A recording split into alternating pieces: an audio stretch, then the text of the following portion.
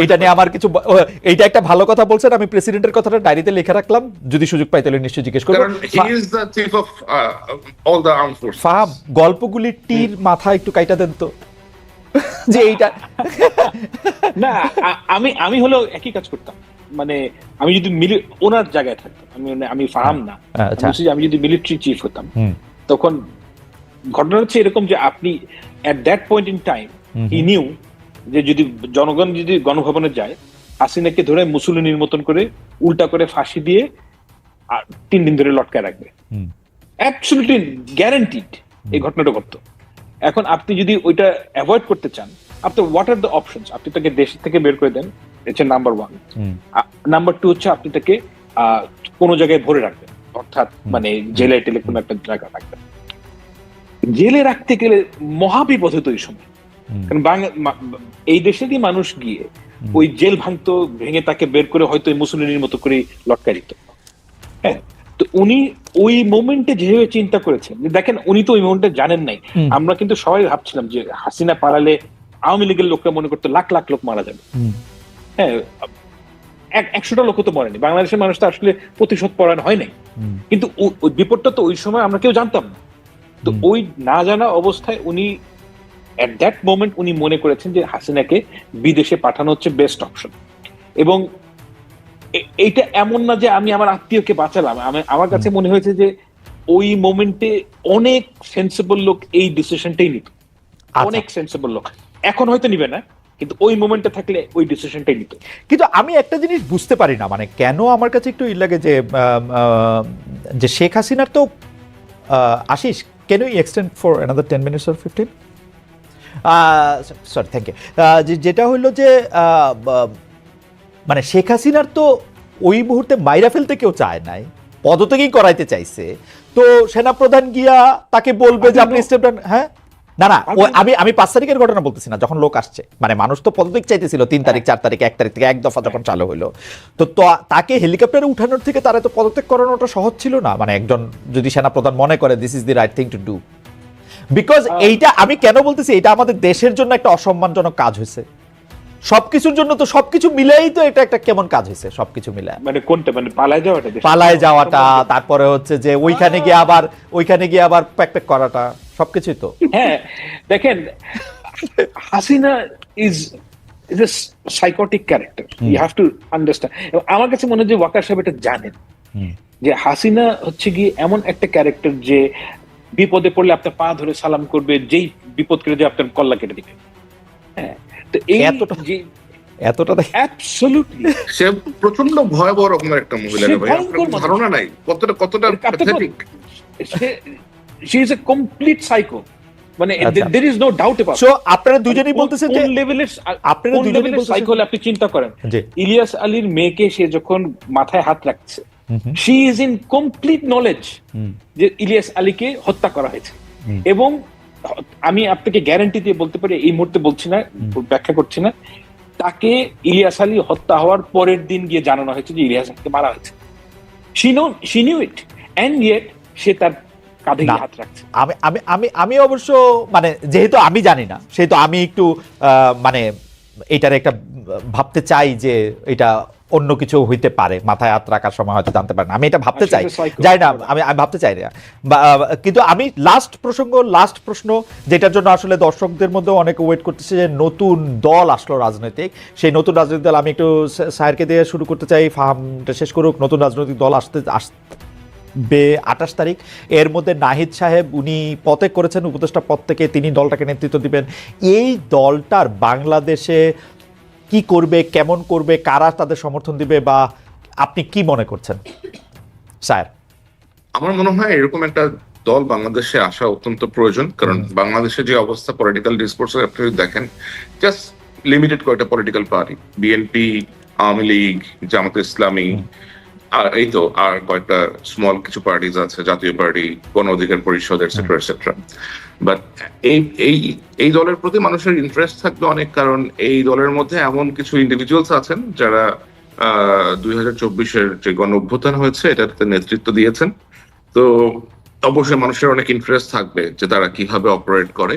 আমার এক্সপেকটেশন ওইটাই থাকবে যে তারা যেন দলের মধ্যে দলের কলেবর বৃদ্ধি করার জন্য কোন গুপ্ত সংগঠনের ব্যক্তিদেরকে তাদের সাথে করে অ্যাটাচ না করেন এবং এমন কোন কর্মকাণ্ড না করেন যা বাংলাদেশের গণতন্ত্রের প্রতি হুমকি হয়ে দাঁড়ায়।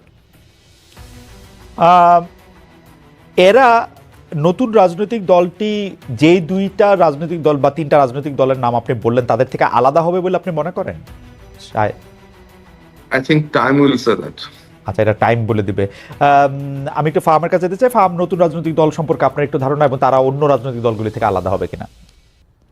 প্রথমে আমি একটা কথা বলি যে এই তরুণ যে ছাত্র নেতা এরা আমার ভাই, আমি আই ফার্মলি বিলিভ ইট। এবং আমার সাথে নাহিদের যখন দেখা যাচ্ছে, I congratulated him, he told me যে this is going to happen. আমি তাদের সর্বাঙ্গীন মঙ্গল কামনা করি এবং আমি পুরোপুরি মনে করি যে বাংলাদেশের জন্য এটা একটা খুবই জরুরি জিনিস। বাংলাদেশের যে পলিটিক্যাল বন্দোবস্ত, অর্থাৎ আওয়ামী লীগ চলে গেলে, আওয়ামী লীগ না থাকলে আওয়ামী লীগের যে ভোট, এটা দেওয়ার জন্য একটা প্রপার বিরোধী দল, অনেকগুলা সরকার মানে লেজিটিমেট কন্টেন্ডার থাকা উচিত এবং সেই কন্টেন্ডার থাকার জন্য অনেকগুলো দল থাকলে ইটস গুড, হেলথি পলিটিক্স থাকা উচিত এবং আমি তাদের সর্বাঙ্গীন ভালো জিনিস কামনা করি। ট্রুথ। নাও দ্য কোয়েশ্চেন হচ্ছে যে তারা কি ধরনের পলিটিক্যাল পার্টি হবে। This is a very important question.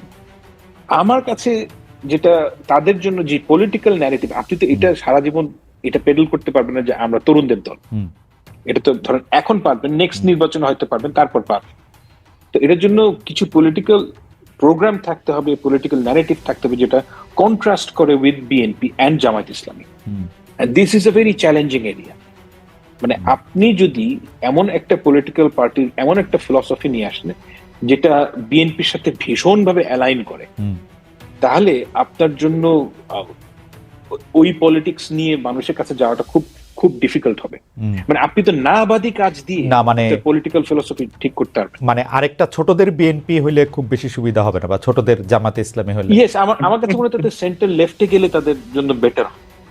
ছোটদের সিপিবি বা বড়দের সিপিবি? না, সেন্টার লেফট মানে আমি ঠিক মানে বামপন্থা হিসেবে বলি নাই। ও আচ্ছা আচ্ছা, এটা একটা আচ্ছা আচ্ছা, আমি বলছি যে প্রোগ্রাম গুলা, কারণ বাংলাদেশে আমি মনে করি না যে আওয়ামী লীগের যে ন্যারেটিভ, সেই ন্যারেটিভ যদি আপনি আনা শুরু করেন আপনি পলিটিক্সে টিকতে পারবেন। কিন্তু আপনার যে পলিটিক্যাল ইকোনমিক প্রোগ্রাম, সেই ক্ষেত্রে আপনি সেন্ট্রাল লেফটের পজিশন ধরলে কিন্তু এটার সফল হওয়ার সম্ভাবনা আছে।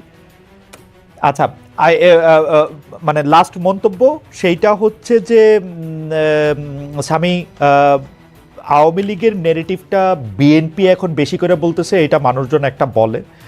আর দুই নাম্বার কথা হচ্ছে যে এই বিএনপি এই তরুণ যে রাজনৈতিক দল হইতেছে তাদেরকে, তারপর হচ্ছে গণ অধিকার পরিষদকে, নূর সাহেবের দলকে শেষমেশ নিয়ে 5টা 3টা 4টা 2টা দিয়ে একটা নির্বাচনী বলয় তৈরি হবে জামাত ইসলামকে বাদ দিয়ে আর বাকি সবার মধ্যে।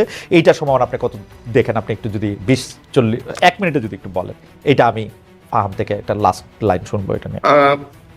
বিএনপি আওয়ামী লীগের নেগেটিভ বিএনপি বলে, এটা হচ্ছে আওয়ামী লীগের ন্যারেটিভ বিএনপি বলে, কারণ বিএনপির কথাবার্তা আওয়ামী লীগের থেকে বেশ ডিফারেন্ট। আমি like the way I have notice যে তারা ওদের বডি ল্যাঙ্গুয়েজ, টোন এবং অ্যাপ্রোচ ইজ ভেরি ডিফারেন্ট দেন আওয়ামী লীগ। আর ওরা অন্যদের সাথে কোন রকম মোর্চা করবে কিনা অথবা যৌথভাবে নির্বাচন করবে কিনা, এগুলো সম্পূর্ণভাবে তাদের রাজনৈতিক ব্যাপার। লাইক আমি এই সমস্ত রাজনৈতিক ব্যাপারে মতামত প্রকাশ করতে খুব বেশি একটা কমফোর্টেবল না। ওকে, ঠিক আছে, তাহলে আমরা ফাহামকেই বলি যে ফাহাম, আসলে আওয়ামী লীগের নেগেটিভটা বিএনপি দিতেছে কিনা এখন অনেকে বলতেছে না। অ্যাবসলিউটলি না। আচ্ছা, মানে কোন নেগেটিভটা দিচ্ছে? এই যে বলতেছে 71 মুক্তিযুদ্ধ, আওয়ামী লীগ যেরকম করে কথা বলতো, এটাকে ভাঙা যাবে না, সংবিধান চেঞ্জ করা যাবে না, প্রেসিডেন্টকে সরানো যাবে না, বঙ্গবন্ধুর 32 নম্বর ভাঙা ঠিক হয় নাই, ইত্যাদি ইত্যাদি। আমার কাছে তো দেখেন, আপনি যদি একটা রেসপন্সিবল পলিটিক্যাল পার্টি হন, আপনি যে কোনো একটা জিনিস চাওয়ার আগে আপনাকে বুঝতে হবে how to deal with it. হ্যাঁ, আপনি চুপ্পুকে সরাবেন, দ্যাটস ফাইন। চুপ্পুকে সরানোর পর কে আসবে? এটা একজন ইউটিউবারের কাছে এটা গুরুত্বপূর্ণ বিষয় না, কিন্তু যখন আপনি একটা রেসপন্সিবল পলিটিক্যাল পার্টি হবে তখন আপনি দেখবেন যে চুপ্পুকে যদি সরানো হয় এরপর যে লোকটা আসবে সে কি হবে। আমরা একটা ডিজি ঠিক করতে পারি না, আমরা একটা ডিজি ঠিক করতে গেলে পুরো জাতি দুই ভাগ হয়ে যায়। একটা শিল্পকলার ডিজি ঠিক করতে গেলে, একটা প্রেসিডেন্ট ঠিক করতে গেলে সর্বনাশ হয়ে যাবে। তো এই কারণে তারা তারা চুপ্পুর ফ্যান না BNP. Chuppu is literally, not literally, Chuppu is effective in effect, is in house arrest. Right right. তো এখন চুপ্পুর ফ্যান না বিএনপি, কিন্তু চুপ্পুকে সরাতে গেলে যেই বিপদটা হবে সেই বিপদটাকে অ্যান্টিসিপেট করা ইউটিউবারদের কাজ না, কিন্তু যেই রেসপন্সিবল পলিটিক্যাল সত্যি কি ধরেন চুপ্পু সাহেবের বদলে অন্য একজন সাহেবকে প্রেসিডেন্ট করলে কি হইতো শপথ নেওয়া? না আপনি যাকে আনবেন এই লোকটা কে? যে কোনো একটা র্যান্ডম লোক নাকি আপনি প্রেসিডেন্ট কি একটা র্যান্ডম লোককে? এই কাজটি তো শেখ হাসিনা যে করলো র্যান্ডম লোকের প্রেসিডেন্ট, এটাই তো খারাপ কাজ হয়েছে। মানে এই পজিশনগুলোর তো মর্তবা আছে, র্যান্ডম লোককে ধরে আপনি প্রেসিডেন্ট কেন বানাবেন? ঠিক আছে, আমরা অনেকগুলি বিষয়ে অনেক গুরুত্বপূর্ণ আলোচনা আজকে শুনলাম। জনাব ফাওয়াদ মাহমুদুল সালাম, আপনাকে অনেক ধন্যবাদ জুলকারনাইন স্যার। অনেকগুলি বিষয় নিয়ে আসলে আমরা কথা বলেছি। আমি নিজেই আজকের অনুষ্ঠানটা নিশ্চয়ই আরো বার দেখে আরো বিষয় আমার নিজের কাছে আমি দেখতে পারবো। অনেক দর্শক আমাদের সঙ্গে ছিলেন।